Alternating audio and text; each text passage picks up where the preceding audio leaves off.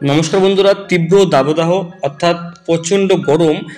এই গরমে বিভিন্ন সতর্কতা দেওয়া হয়েছে। অপ্রয়োজনে বাড়ি থেকে বেরোবেন না, ছাতা নিয়ে বেরোবেন, সানগ্লাস পরবেন এবং রোদের মধ্যে কাজ করবেন না। মাঝে মাঝে ওআরএস, গ্লুকন ডি এসব খাবেন, ডাবের জল, তরমুজ এসব খাওয়ার চেষ্টা করবেন এবং হালকা সুতির বস্ত্র সাদা পরলে ভালো হয়। তো আর মাঝে মাঝে প্রচুর পরিমাণে জল পান করবেন। তো এরকম বিভিন্ন নির্দেশিকা দেওয়া হচ্ছে আবহাওয়া দপ্তর থেকে। তো আগামী কয়েকদিন ধরে বৃষ্টির সম্ভাবনা নেই এবং তীব্র তাপমাত্রা থাকবে। তবে আজ থেকে বিভিন্ন জেলায় ঝড় বৃষ্টি শুরু হবে, এরকমই আপডেট দিয়েছিল আবহাওয়া অফিস। সেটা কি আমরা দেখে নেব, পশ্চিমবঙ্গের আপডেট আমরা দেখে নেব কি বলা হচ্ছে আপডেটে।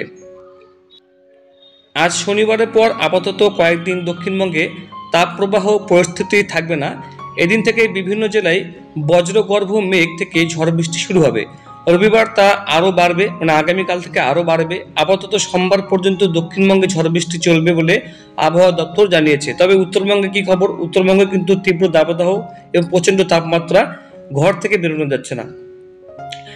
পশ্চিমাঞ্চলের কয়েকটি এদিন সর্বোচ্চ তাপমাত্রা 40 ডিগ্রি ছাড়াই, মানে প্রায় 47 ডিগ্রি পর্যন্ত চলে গেছিল।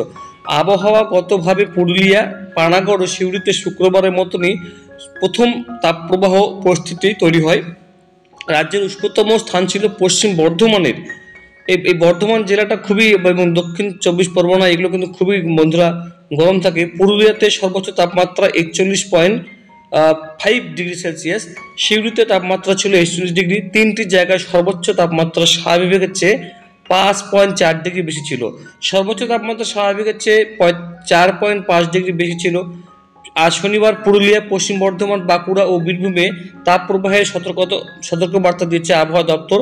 তবে বিকেল সন্ধ্যার পর পশ্চিমাঞ্চলের জেলাগুলিতে কোথাও বজ্রগর্ভ থেকে ভারী থেকে ঝড় বৃষ্টি হতে পারে বলে আবহাওয়া দপ্তর জানিয়েছে। ঘন্টায় 40 থেকে 50 কিলোমিটার গতিবেগে ঝড়ো হাওয়া বইতে পারে।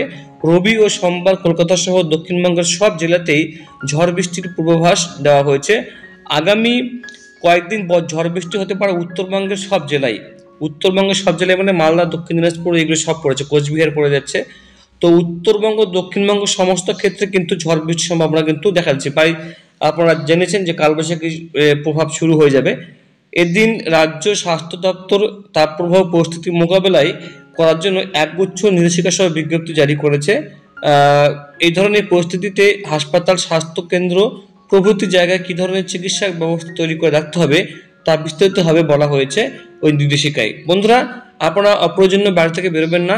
সানস্ট্রোক হওয়ার সম্ভাবনা থাকে এবং তাতে শরীরের অনেক ক্ষতি হয়। তাই কোনো কারণে বন্ধুরা বাইরে বেরোবেন না, অযথা ছাতা নিয়ে বেরোবেন এবং সানগ্লাস পরার চেষ্টা করবেন। মাঝে মাঝে জল খাবেন, অর্থাৎ পানীয় জল বেশি খাওয়ার চেষ্টা করবেন। ধন্যবাদ।